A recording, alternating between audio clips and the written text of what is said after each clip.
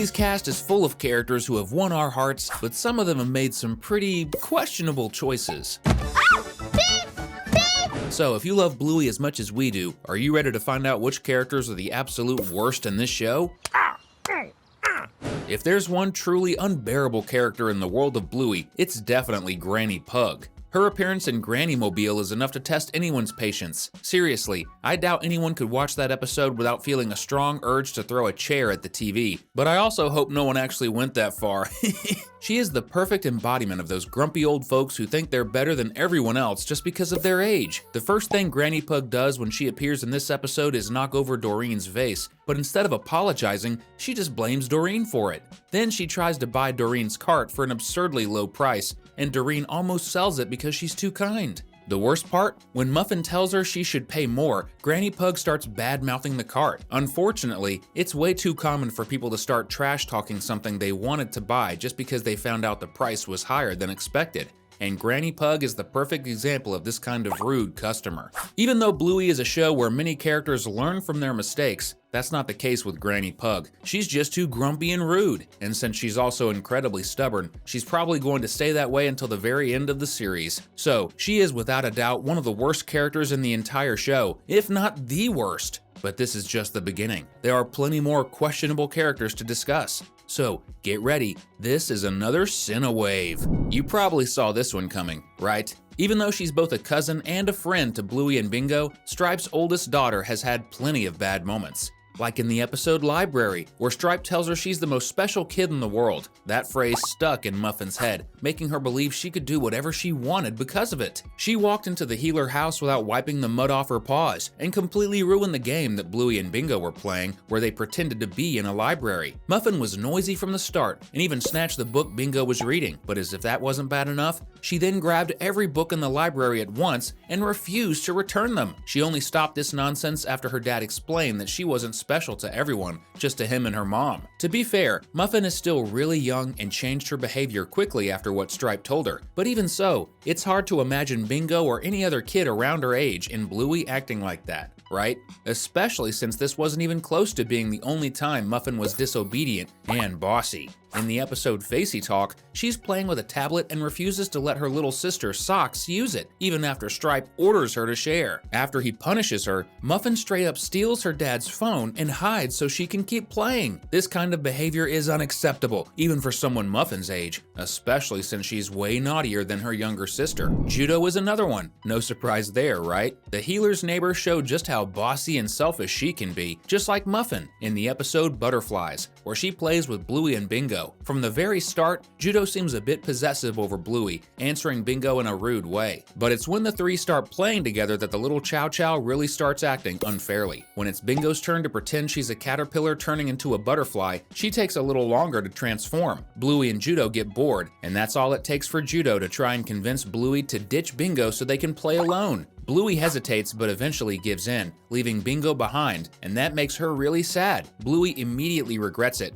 but Judo forces her to stay and play phone with her. In this game, Bluey just has to sit there and listen to Judo talk about her day while they pretend to be on the phone. In the end, Bluey leaves to apologize to Bingo. Judo realizes she was wrong and apologizes too, and from that point on, she never acts that mean again. Judo was completely wrong in this episode, but a lot of people think she acted that way because she's lonely. After all, she doesn't have any siblings, or at least doesn't live with any. That explains why she was so possessive over Bluey and possibly jealous of Bingo. It also makes sense that the game Judo wanted to play was really just her way of sharing her day with a friend. If you're happy that Judo learned from her mistakes, comment below with #Judo. Another kid who's been super bossy is Hercules from the episode Circus. He's a Saint Bernard, one of the biggest dog breeds in the world, and a friend of Winton, but in this episode, he was basically a bully. He forced Winton to pretend to be an obstacle while he played as if he was riding a motorcycle. Even though Winton didn't want to do it, it's pretty hard to say no to a huge Saint Bernard like him. When Winton decided to play circus with the other kids, Hercules tagged along and made Bingo and Coco pretend to be obstacles just like Winton had before, even though everyone else wanted to keep playing circus. When Bingo stopped obeying him and made it clear that he could only stay if they all kept playing circus, Hercules started making loud noises with his mouth just to annoy everyone. Seriously, what a crybaby move, huh? But just like Judo, he soon realized he was being a bully and agreed to join Bluey's circus. It's really cool to see characters learning from their mistakes, right? That's one of the reasons why Bluey is one of the best shows to watch these days. That said, we never saw Hercules in any other Bluey episodes.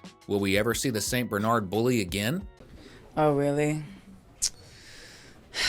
That sucks. In the episode Dragon, we find out that Bandit isn't really good at drawing. The reason? He never practiced much because he stopped drawing when he was a kid. And the one to blame for that is Bucky. Back in school, Bandit loved drawing all kinds of cars. That was until the day his classmate Bucky saw his drawings and told him they didn't look like cars. That completely killed Bandit's motivation, and he ended up giving up on drawing forever, even though, in my opinion, his sketches actually did look like cars. Bucky probably wasn't a mean kid, he just said what was on his mind. But this shows that being brutally honest isn't always a good thing, especially when Bandit still seems upset about it to this day, which is pretty sad. Just imagine if Bandit was meant to become a great artist but never pursued it because of his classmate's comment. Interestingly, Bucky reappeared in the sign as a real estate agent. He seems to like Bandit, but Bluey's dad doesn't seem to feel the same way about his old friend. This makes us wonder if Bucky is the type of person who constantly makes rude comments without realizing it. But hey, that's just a theory. What do you think?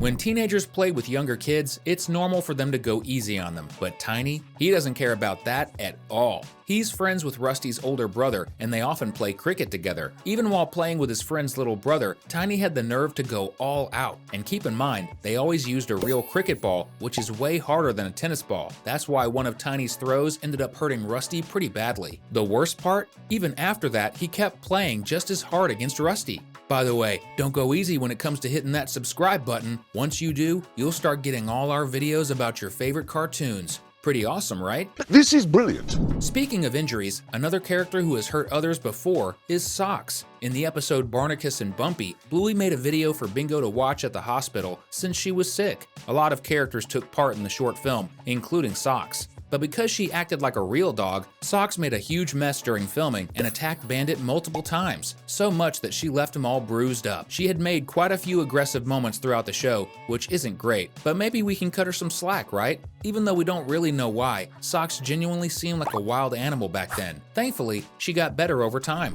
One character that a lot of fans think makes quite a few missteps is Wendy, the healer's neighbor and Judo's mom. As a Chow Chow, one of her biggest traits is being kind of snobbish and distant, never responding to her neighbor's good mornings. Sometimes, she even seems uninterested in joining the healer's games, like that time when Bandit saw her on the street and started slapping his own butt. Even though this was obviously just another goofy family joke, Wendy just stared at him with a bit of disdain before walking away without saying a word. But she has also joined in on a few games that most of us probably wouldn't, like when Bandit refused to move and she actually helped his daughters carry him. Then again, that's not a big deal in Bluey's world, where adults are almost always up for playing. Meanwhile, Wendy only seems to join in when she's in a really good mood. Although, Wendy is from the UK, so maybe she acts that way because Europeans tend to be more reserved? That would explain a lot. We've got 2 more awesome videos on your screen so you can keep having fun. Just click on one. Easy as that. Thanks, and see you next time.